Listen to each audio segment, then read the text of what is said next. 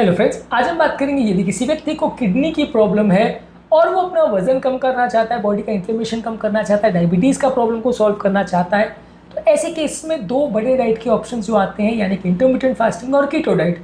दोनों में से कौन सा उनके लिए ज़्यादा अच्छा है और क्यों?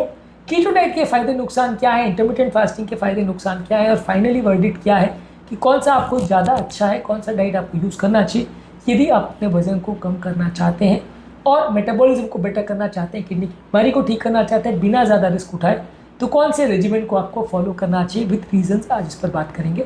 टॉपिक पे जाने से पहले जो लोग हमारे चैनल पर नए हैं उन्हें रिक्वेस्ट करूंगा कि चैनल को सब्सक्राइब करें, वीडियोस को लाइक करें, शेयर करें, फॉलो करें, पूरा देखें।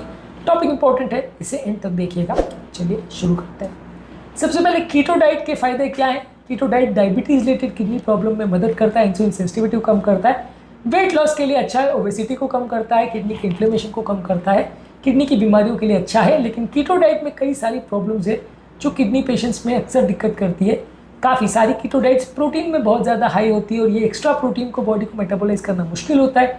खासकर किसी व्यक्ति को अगर मीडियम या एंड स्टेज किडनी डिजीज़ है तो वैसे व्यक्ति को एक्स्ट्रा मात्रा में प्रोटीन को हैंडल करना मुश्किल होता है, किडनी पे और ज़्यादा स्ट्रेस पड़ता है, किडनी इम्बैलेंस होने का चांस ज़्यादा होता है। इसके अलावा कीटो डाइट में बॉडी की इलेक्ट्रोलाइट्स में भी गड़बड़ होती है, बॉडी में पोटेशियम लेवल्स लो होते हैं, मैग्नीशियम लेवल्स गड़बड़ होती है और डिहाइड्रेशन ज़्यादा होता है जिससे किडनी फंक्शन गड़बड़ा जाता है। तो कीटो डाइट करने से आपका इलेक्ट्रोलाइट इम्बैलेंस होने का चांस भी ज़्यादा होता है। इसके अलावा कीटो डाइट करने से बॉडी में एसिड का लोड बढ़ जाता है, किडनी के पेशेंट्स में ऑलरेडी मेटाबॉलिक एसिडोसिस होने का चांस ज़्यादा है, किडनी में ऑलरेडी हाइड्रोजन आयंस का गड़बड़ रहता है। कीटो डाइट अपने बहुत ज़्यादा की और बॉडी में कीटोन बॉडीज बन गए तो ये दोनों एसिड कई बार ओवरलोड कर देते हैं बॉडी को, जो हार्ट के लिए अच्छा नहीं है, बॉडी के लिए अच्छा नहीं है, टॉक्सिक इफेक्ट भी कर सकता है, मैनेज करना कई बार मुश्किल भी हो सकता है।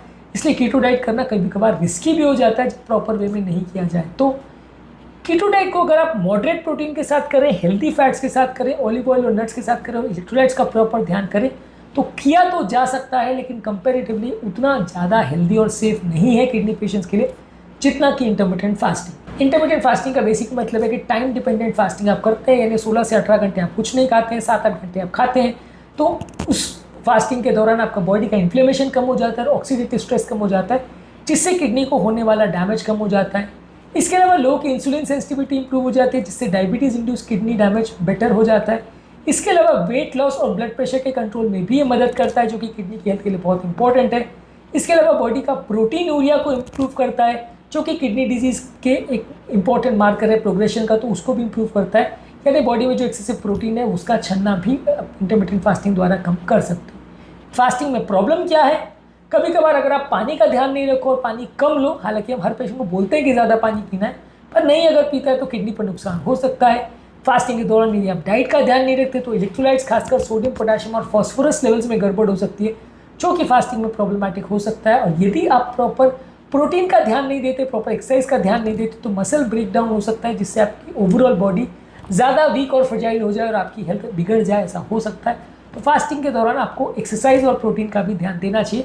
यूजुअली हम ये रिकमेंड करते हैं कि अगर आपको किडनी का सीवियर प्रॉब्लम है, खासकर स्टेज 4-5 किडनी डिजीज़ है, तो 12 घंटे 13 घंटे की फास्टिंग से चालू करिए, धीरे धीरे करके बढ़ाइए, अंडर मेडिकल सुपरविजन फास्टिंग करिए, प्रॉपर हाइड्रेशन का ध्यान रखिए, इलेक्ट्रोलाइट्स का ध्यान रखिए, तो आपको ज़्यादा बेटर रिजल्ट्स मिलेंगे। तो अब तक के टॉपिक के डिस्कशन में आप समझ तो गए होंगे कि किडनी पेशेंट्स के लिए दोनों में कौन सा ज़्यादा सेफ है, कीटो डाइट या इंटरमिटेंट फास्टिंग।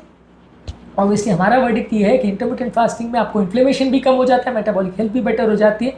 और क्योंकि कीटो डाइट में एसिडिक होने का प्रॉब्लम ज़्यादा होता है, प्रोटीन ज़्यादा होने का प्रॉब्लम होता है, प्रॉपर मॉनिटरिंग कई बार ना हो, तो इस वजह से लोगों को ज़्यादा अच्छे रिजल्ट्स ना मिले, ऐसा हो सकता है। दोनों केसेस में आपको कोशिश करनी चाहिए कि एक प्रॉपर डाइटिशियन के साथ मिलकर एक किडनी फ्रेंडली डाइट बनाए, जिसमें प्रोटीन बेस कम हो, प्लांट बेस्ड प्रोटीन ज़्यादा हो, पानी का विशेष ध्यान दिया जाए, इलेक्ट्रोलाइट्स का विशेष ध्यान दिया जाए, ताकि पेशेंट को अप्रोप्रिएट रिजल्ट्स मिले और बिना किडनी को नुकसान पहुँचाए, रादर किडनी को इससे फ़ायदा मिले, नुकसान नहीं।